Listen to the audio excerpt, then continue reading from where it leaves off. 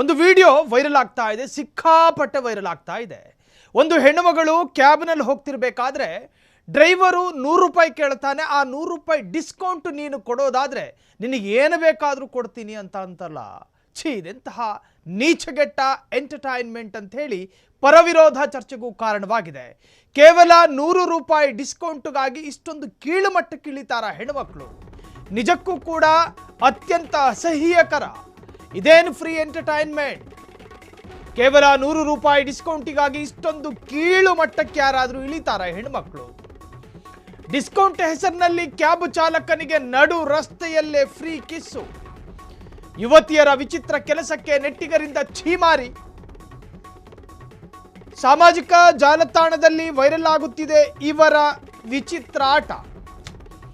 Social media ವ್ಯೂವರ್ಸ್ಗಾಗಿ ಯುವತಿಯರು cab ಚಾಲಕನಿಗೆ ರಿಯಾಯಿತಿ ಕೊಡ್ತಾರೆ. 100 ರೂಪಾಯಿ ರಿಯಾಯಿತಿಗಾಗಿ ಯುವತಿಯರು ಮಾಡಿದ್ದೇನು ಗೊತ್ತಾ?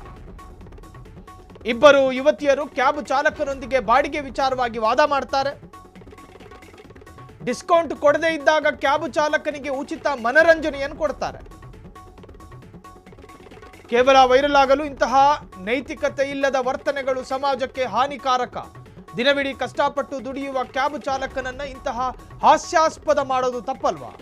ಒಂದು ವೇಳೆ ಹುಡುಗಿಯರಿಗೆ ಹೀಗೆ ಮಾಡಿದ್ರೆ ಏನಾಗುತ್ತಿತ್ತು? ಇಲ್ಲಿ ಕೂಡ ಲಿಂಗ ತಾರತಮ್ಯ ಇದೆ. ಪೊಲೀಸರು ಕೂಡ ಈ ಬಗ್ಗೆ ಕ್ರಮ ತೆಗೆದುಕೊಂಡಿಲ್ಲ ಅಂದ್ರೆ ಹೆಣ್ಣು ಮಕ್ಕಳ ಅಟ್ಟಹಾಸ ವಿಪರೀತ ಆಗಬಿಡುತ್ತೆ. ಯುವತಿಯರ ಅತಿರೇಕದ ವರ್ತನೆಗೆ ಸಾರ್ವಜನಿಕರ ಆಕ್ರೋಶ. ಹೆಣ್ಣುಮಕ್ಕಳು ಮಾಡೋದೆಲ್ಲವೂ ಸರಿ ಅಂತ ವಾದ ಮಾಡೋದಕ್ಕಾಗೋದಿಲ್ಲ. ಮೊನ್ನೆ ಪಾಪ ಒಬ್ಬ ನೋಡಿ, ಆ ವಿಡಿಯೋ ವೈರಲ್ ಆಗಿದೆ.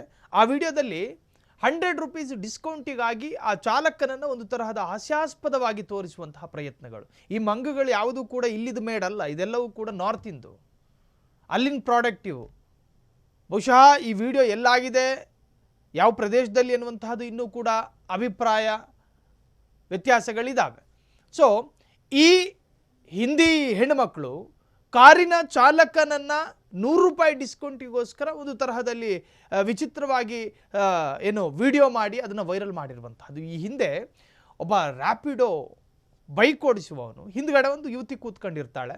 ಯುವತಿ ವಿಡಿಯೋ ಮಾಡ್ಕೊಂಡೇ ಅದರಲ್ಲಿ ಹೋಗ್ತಾ ಇರ್ತಾಳೆ. ಆತ ಆಕೆಯನ್ನು ಟಚ್ ಮಾಡ್ದ ಅನ್ನೋ ತರಹದಲ್ಲಿ ವಿಡಿಯೋ ಮಾಡ್ತಾಳೆ. ಆತ ಏನೂ ಟಚ್ ಮಾಡಿರಲಿಲ್ಲ. ಆ ಮೋಟ್ರ್ ಸೈಕಲಿನ ಗೇರ್ ಚೇಂಜ್ ಮಾಡಬೇಕಾದ್ರೆ ಎಲ್ಲೋ ಒಂದು ಆಕಸ್ಮಿಕವಾಗಿ ಕಾಲ್ ಟಚ್ ಆಗುತ್ತೆ. ಅದನ್ನೇ ಇಟ್ಕೊಂಡು ಈ ಹಿಂದಿ ಹೆಣ್ಣುಮಗಳು ಆ ಯುವಕನ ವಿರುದ್ಧ ಕೇಸ್ ಹಾಕ್ತಾಳೆ. ಅದಾದ ನಂತರ ಆ ಕೇಸಲ್ಲಿ ಯುವಕ ಗೆದ್ದ. ಹಾಗೆ ಹೆಣ್ಣು ಮಕ್ಕಳು ಮಾಡುವುದೆಲ್ಲವೂ ಕೂಡ ಆಚಾರ ಆಗಿರೋದಿಲ್ಲ. ಅದರಲ್ಲಿ ಭಾಗಶಃ ಅನಾಚಾರವೇ. ಸುಖಾಸುಮ್ಮನೆ ಆರೋಪಗಳು. ಹೆಣ್ಣು ಮಕ್ಕಳ ರಕ್ಷಣೆಗೆಂದು ಕೊಟ್ಟಿರ್ತಕ್ಕಂತಹ ಕಾನೂನಿನ ಅಸ್ತ್ರಗಳನ್ನು ದುರುಪಯೋಗ ಪಡಿಸಿಕೊಳ್ತಾ ಇದ್ದಾರೆ, ಮಿಸ್ಯೂಸ್ ಮಾಡ್ಕೋತಾ ಇದ್ದಾರೆ. ಅಲ್ಲಿ ಯಾರು ತಪ್ಪು? ಆ ವಿಡಿಯೋ ವೈರಲ್ ಮಾನಗೆಟ್ಟ ಕೆಲಸ ಅಲ್ವಾ? ಅದು ನಾಚಿಕೆಗೆಟ್ಟ ಕೆಲಸ ಅಲ್ವಾ?